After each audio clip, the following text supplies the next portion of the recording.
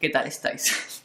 Bueno, ahora que se acerca la Navidad, creo que es el momento perfecto de que entendamos de dónde viene el cristianismo y por qué es una religión tan arraigada. Con este vídeo no pretendo ni menospreciar ni ofender a nadie, sino enfocarlo desde un punto de vista un poco más escéptico, aunque soy bastante sarcástico, así que es probable que algún comentario se me escape o se pueda malinterpretar. Como va a ser un vídeo largo y un poco denso, lo he dividido en partes, empezando por lo más obvio.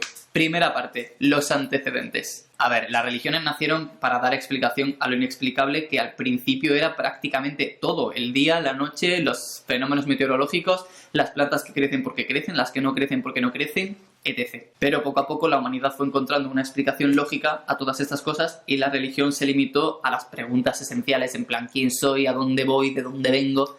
Básicamente a las preguntas que la ciencia no puede responder. El cristianismo es una religión monoteísta inspirada en otras, que aquí habrá gente que me diga, no, ¿cómo dices eso? El cristianismo es único y exclusivo y original. Bueno, vamos a verlo. Os voy a contar una historia. Un niño nació de una virgen y fue un niño súper sabio, se retiró al desierto, lo tentó el demonio, tuvo una revelación de Dios y predicó una nueva religión junto con otros 12 discípulos. Obró milagros, curó enfermos, resucitó muertos y no estoy hablando de Jesús, estoy hablando de Zaratustra. 1200 años antes de Cristo. Y la religión que predicó Zaratustra fue el mazdeísmo, que básicamente es la religión madre de todas las grandes religiones monoteístas. Más similitudes. Buda nació de una virgen maya el 25 de diciembre, anunciado por una estrella. Lo visitaron sabios que le llevaban regalos, se bautizó con agua, curó enfermos y durante un ayuno lo tentó el diablo Mara y dio de comer a una multitud enorme solamente con una cestita de panes, que a mí esta historia me suena. Más similitudes. Krishna, la segunda persona de la Trinidad hindú, es hijo de la Virgen Devaki y nació en un establo iluminado por una estrella con una vaca. El rey Kansa lo buscó para matarlo, obró milagros, curó enfermos, resucitó muertos, murió, resucitó al tercer día y ascendió a los cielos. ¡Oh, wow! Más similitudes. El Osiris egipcio nació de la Virgen Isis Meri el 25 de diciembre. Fue bautizado por Anu, predicó, pacificó pueblos, obró milagros, expulsó a los demonios, en fin. Y también murió y resucitó al tercer día durante el equinoccio de primavera, que es Pascua. Y podría seguir con muchos más ejemplos, pero es que se nos va el vídeo, así que me voy a centrar solamente en el mitraísmo, que esa religión es clave. La primera mención histórica de Mitra fue en el 3500 a.C. en el libro sagrado de la India que se llama Vedas, y hay un montón de sacramentos cristianos inspirados en el mitraísmo, como la Santa Cena, el bautismo o la comunión. Y a día de hoy se conservan muy pocos mitreos porque el cristianismo no solo se apropió de los ritos, sino también de algunos lugares sagrados. Segunda parte, la Biblia. La Biblia es como la guía de la religión judía. Es una antología de documentos que ha sido revisada, traducida y mejorada durante 9 siglos por cientos de autores, editores y copistas. He ahí su fiabilidad. Me has movido el trípode. Ahora te tengo que matar. A ver, que no estoy loco, es que estoy grabando con esto dando vueltas por ahí y es imposible. Originalmente tenía textos muy variados en hebreo, en arameo y en griego, y fue San Jerónimo el que los tradujo todos al latín y hizo como el canon oficial, que se llama Vulgata. Pero San Jerónimo cometió muchos errores de traducción. Uno de los más conocidos es el de la manzana que se comió Eva, que no pudo ser una manzana porque en aquella época la manzana no se conocía en Oriente. Los judíos creen que fue un higo porque luego se taparon con hojas de higuero, o sea que se supone que es pues lo que tenían más a mano. Los ortodoxos creen que fue una naranja y los musulmanes creen que fue una copa de vino. Vete tú a saber. La mayoría de historias de la Biblia son copiadas de otras religiones. Por ejemplo, la del diluvio es copiada de la tradición caldea, en la que el Noé asirio se llama Hasisadra. Pero esto es solo un ejemplo, o sea, es que cada relato está inspirado en otro. Es como, en la actualidad, nuestras adaptaciones de los cuentos clásicos, ¿sabes? Pero perdón. Además es que la Biblia está llena de contradicciones. Por ejemplo, dice: soy el Dios que hace caer la iniquidad de los padres sobre los hijos y los nietos hasta la 4ª generación. Pero también dice: los padres no morirán por culpa de los hijos, ni los hijos por culpa de los padres. Cada uno será condenado por su propio pecado. ¿En qué quedamos? Y así podríamos multiplicar los ejemplos, pero cuando hay algo que no cuadra, la Iglesia usa un argumento que es infalible, que es decir, que los designios de Dios son inescrutables y que ¿quién eres tú para cuestionarlos? Pues ok. Vale, tenemos los antecedentes y tenemos la Biblia, pero aún no hemos llegado al cristianismo. Para eso hay que conocer otra cosa. Tercera parte, el panorama religioso. Los israelitas tenían una única religión, que era la judía, pero esta a su vez estaba dividida en otros grupos. Los principales eran los saduceos, pero también estaban los fariseos, los esenios, cada uno con sus características, que no puedo contarlas aquí porque es que se me va a otro vídeo, pero me voy a centrar en dos grupos que son muy importantes para luego poder comprender el cristianismo: los celotes y los bautistas. Los celotes eran nacionalistas, bueno, independentistas violentos, o sea, que querían usar las armas para liberarse ya de Roma. Y la verdad es que no me extraña porque es que al pueblo de Israel le han dado por todos lados. Que si lo conquistaron los egipcios, que si los filisteos, que si los asirios, que si los de Babilonia, que si los persas, que si los romanos. O sea, es que los pobres, o sea, es que normal que los israelitas quisieran independizarse de Roma. O sea, que no es que los defiendan, digo que los entiendo. Y los bautistas eran seguidores de Juan el Bautista y básicamente eran pobres porque las enseñanzas de Juan el Bautista lo que hacían era simplificar los ritos judíos en plan de te bautizo y ya con eso limpio tus pecados y no hace falta que hagas sacrificios 3 veces al año ni que hagas peregrinajes a Jerusalén, que eso era un gasto súper grande para los pobres, en plan, es que a mí no me da el sueldo para hacer todas estas cosas y luego viene este señor, me bautiza y ya está, Santas Pascuas, me voy a mi casa. Bueno, pues resulta que uno de los seguidores de Juan el Bautista era Jesús, así que ya hemos llegado a la figura de Jesús. ¿De dónde sale este señor? Cuarta parte, el nacimiento de Jesús. No hay documentos directos de la vida de Jesús. Entonces, para conocerle nos basamos en los evangelios, que son textos que se escribieron en un momento en el que había chorrocientas creencias compitiendo entre sí, sobre todo en Israel. ¿Y quién escribió los evangelios? Los escribió San Pablo 20 años después de la muerte de Jesús, al que ni siquiera conoció. Marcos 40 años después de la muerte de Jesús. Mateo y Lucas 60 años después. Y Juan un poco después. O sea que muy fiables pues no son. Según los evangelios, Jesús tuvo 6 hermanos. Para los primeros cristianos, pues fueron hijos que tuvieron José y María después de Jesús y ya está, ¿sabes? Pero en el siglo IV fue cuando se decidió, bueno, cuarto siglo, ¿no? Fue cuando se decidió que María fue virgen también después del parto. Entonces, claro, la iglesia tuvo que maquillar lo de los hermanos en plan...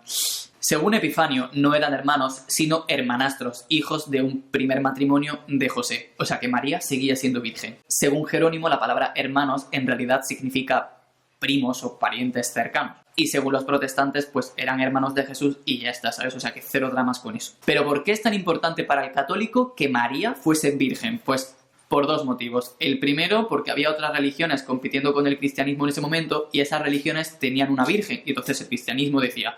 pues si la tuya es virgen, la mía más. Y segundo, porque así se cumplía la profecía de Isaías, que hablaba de una muchacha, aunque Mateo luego la cambió por una virgen, y entonces pues había que encajarlo ahí como fuera. Según James D. Tabor, que es un profesor del Departamento de Estudios Religiosos en la Universidad de Carolina del Norte, esto suena a lo típico de según un estudio de Massachusetts. Bueno, según James, María sí que tuvo relaciones sexuales con al menos 3 hombres. El salseo. Bueno, el padre biológico, supuesto padre biológico de Jesús, que era un soldado llamado Pantera, con José y con el hermano de José. La cosa de esta teoría, porque, a ver, no deja de ser una teoría, es que, según algunas cosas que dicen los evangelios, sí que podría ser cierta, porque, por ejemplo, dice, nosotros no hemos nacido de la prostitución, dando a entender que tú sí. ¿Cuándo nació Jesús? La fecha oficial es la que decidió el monje Dionisio, aunque... se supone que se equivocó en algunos años y hoy en día se cree que Cristo nació entre el año 5 y 7 antes de Cristo. ¿Cómo te lo comes? ¿Y dónde nació Jesús? Pues Mateo y Lucas dicen que en Belén y Marcos dice que en Nazaret. Vamos a analizar las 2 opciones. Opción 1, Nazaret. En realidad Nazaret no existió. O sea, si la buscas hoy en día sí que está, pero empezó a llamarse Nazaret a partir del siglo IV. O sea que cuando nació Jesús no existía. Lo que pasa es que Marcos necesitaba llamarla así para justificar que luego Jesús se presentara como el Nazareno. Opción 2, Belén, aunque algunos dicen que no fue Belén, sino Ein Karem, porque era allí donde residían Isabel y Zacarías. Da igual, ambas opciones flaquean porque tanto Belén como Ein Karem están a tomar por culo del supuesto Nazaret. Y entonces, ¿por qué se empeñan en que sea en Belén si no hay por dónde cogerlo? Pues porque, otra vez, según las profecías de Isaías, el Mesías tenía que nacer en Belén y además tenía que ser de la estirpe de David. Y hablando de las profecías de Isaías, hay una curiosidad que es que en realidad ningún evangelista habló nunca ni sobre el buey ni sobre la mula, pero se incorporaron después porque Isaías decía: conoce el buey a su dueño y el asno al pesebre de su amo. Pues ya está, ya tienes el buey y la mula. La historia de los Reyes Magos también es muy curiosa porque, para empezar, ni siquiera se llamaban magos, se llamaban magoi, que significa astrónomo, sabio o mago. No se llamaron reyes hasta el siglo II, tampoco se decía que fueran en dromedario hasta el siglo IV y ni siquiera eran 3 hasta que se decidió que eran 3 en el siglo VI. Y ni siquiera Baltasar era negro, o sea, yo lo siento, en plan, ahora en enero, cuando sean los Reyes o vayáis a ver un Belén, os he jodido toda la iconografía. No lo siento en absoluto. Quinta parte, la vida de Jesús. Vale, ya hemos dicho que Jesús era un seguidor de Juan el Bautista y que predicaría las mismas cosas, la llegada del reino de los cielos, el arrepentimiento, el amor al prójimo, el perdón de los pecados, que yo con estas cosas yo no me meto, o sea, yo en ética no me meto, a mí me parece todo muy bien. Que a lo mejor Jesús hubiera sido toda su vida seguidor de Juan el Bautista, porque en realidad Jesús nunca quiso fundar una religión nueva ni nada, lo que pasa es que, bueno, pues Herodes mató a su maestro y él tomó el relevo, básicamente. Los celotes, que ya hemos dicho antes que eran independentistas partidarios de la lucha armada y de la violencia física, reclutaron nuevos secuaces entre los seguidores de Juan el Bautista, y entre esos secuaces estaba nuestro pacífico Jesús, que igual no era tan pacífico. Al principio Jesús no dejaba de ser un charlatán más que predicaba un hipotético reino de los cielos y tal, y la gente en plan, what the fuck, este pavo, ¿qué la pasa? Nadie le iba a hacer caso nunca. Spoiler, altamente equivocados. Sexta parte, muerte de Jesús. El episodio de la muerte empieza siempre con la Santa Cena. Y empieza mal porque no fue una cena, fue un almuerzo. Fue el almuerzo festivo que celebran los judíos la antevigilia de la Pascua. Así que, en fin, malamente. Al día siguiente pretendían rebelarse, pero los romanos les pillaron y se fue a la mierda la rebelión. ¿Y por qué los historiadores apoyan esta teoría? Pues porque los romanos no envían una legión entera por una riña callejera. O sea, tuvo que ser algo más, tuvo que ser, pues yo que sé, una batalla pequeñita o algo así, que los evangelios se esfuerzan en maquillar para seguir manteniendo esa imagen de pacíficos, bla, bla, bla. Y también porque los romanos no crucificaban a judíos desarmados. O sea, eso era un castigo para un delito mayor, y a Jesús se le acusó de 2 delitos: por blasfemia, que se castigaba con la lapidación, o sea, muerte por lapidación, y sedición, que se castigaba con la crucifixión. Creo que crucifixión está mal dicho, sería muerte en la cruz. Para quien no lo sepa, sedición es levantarse en grupo para derrocar a un gobierno. Que, por cierto, hay muchas mentiras con respecto a la crucifixión por culpa de las imágenes que nos han vendido durante toda la vida. Para empezar, los crucificados no iban cargando con la cruz entera, sino que llevaban solamente el travesaño horizontal, porque el vertical estaba clavado fijo siempre en el sitio donde fuera la ejecución. Luego, los clavos no se ponían en las manos, sino entre el cúbito y el radio. Tío, nunca me sé el orden de estos huesos. Además, en las esculturas y pinturas tampoco se representa nunca el sedile, que era una estaca o un clavo, no sé muy bien, que se ponía en la entrepierna del crucificado. Vamos, que se muere Jesús y la Iglesia tiene que explicar esto, claro. Séptima parte, la historia del cristianismo. Ya por fin hemos llegado al meollo en cuestión. Los seguidores de Jesús ya no estaban tan pendientes de derrotar a Roma, sino de divinizar a Jesús, y entonces pues iban contando sus hazañas, que eran cada vez más fantásticas. Aunque al final los judíos sí que se rebelaron contra Roma, pero Roma los aniquiló nuevamente. Y entonces recordaron la profeta del segundo Isaías, que decía que algún día sería sacrificado el Hijo de Dios para el perdón de nuestros pecados, bla, bla, bla. Entonces dijeron, ¿no sería ese supuesto sacrificado Jesús? Vamos, que tenían que encajar las cosas por cojones. La Iglesia tenía que vender esa derrota como la voluntad de Dios, porque nuestro Dios no va a perder contra los dioses de Roma, que no existen, obviamente. Y la conclusión a la que llegaron fue, nosotros hemos pecado y Él nos ha castigado. O sea que todo está justificado. Fue entonces cuando los cristianos formaron una comunidad aparte, que al principio pues eran una minoría inofensiva. Spoiler, no. Los romanos divinizaban al emperador y los cristianos obviamente no, porque no reconocían a más Dios que el suyo, y esta era la excusa perfecta para que los romanos les persiguieran. De hecho, en algunos ambientes no era muy aconsejable admitir que eras cristiano abiertamente, y por eso al principio se reconocían con el simbolito este del pez y tal. En esta época el cristianismo creció especialmente entre los pobres, porque predicaban con la solidaridad y el reparto de bienes, y esto pues les venía de puta madre, ¿qué quieres que te diga? Fue el gobernador Galieno el que empezó a tolerar la religión cristiana, y después Constantino fue ya el gobernador que definitivamente cohesionó todas las religiones en el cristianismo ya, y la unificó todo ahí, ya está, básicamente porque la religión era el elemento cohesionador más barato, y la que estaba en el top del ranking de nuevas religiones era el cristianismo, y dijo pues esta. Bueno, y también porque su madre era cristiana. Con esto las comunidades cristianas ya empezaron a organizarse mejor y surgieron los obispos, y ya con esto se empezó a dividir entre clero y fieles, que esto es una movida porque empiezas a jerarquizar y ya rompes todo lo bonito. Total, que Constantino le dio todos los privilegios a la Iglesia, la eximió de impuestos, le dio sueldo a los sacerdotes, los eximió del servicio militar, también los apartó de la justicia ordinaria y sufragó la construcción de templos. Privilegios que nos recuerdan sutilmente al catolicismo en España a día de hoy. Digo yo, no sé.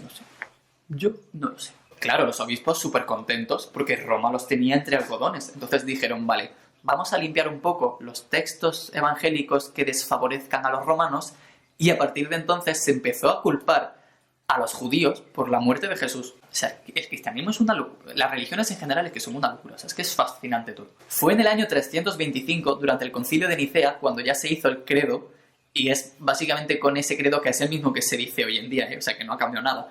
Pues fue ahí cuando ya como que se divinizó a Jesús y se puso a la altura de Dios, porque ya se decidió que era la Santa Trinidad. La Santa Trinidad es otra movida, en fin. Y el sucesor de Constantino, que fue Teodosio, fue el que ya puso al cristianismo como religión oficial y prohibió el mitraísmo, que era la religión con la que competía un poco el cristianismo. Entonces, pues básicamente se quedaron con los mitreos, que eran los edificios de ellos, y prohibieron todas las lecturas del mitraísmo porque si no eras un blasfemo y es que te puto mato. Vamos, que es la mítica historia del perseguido que se hace perseguidor.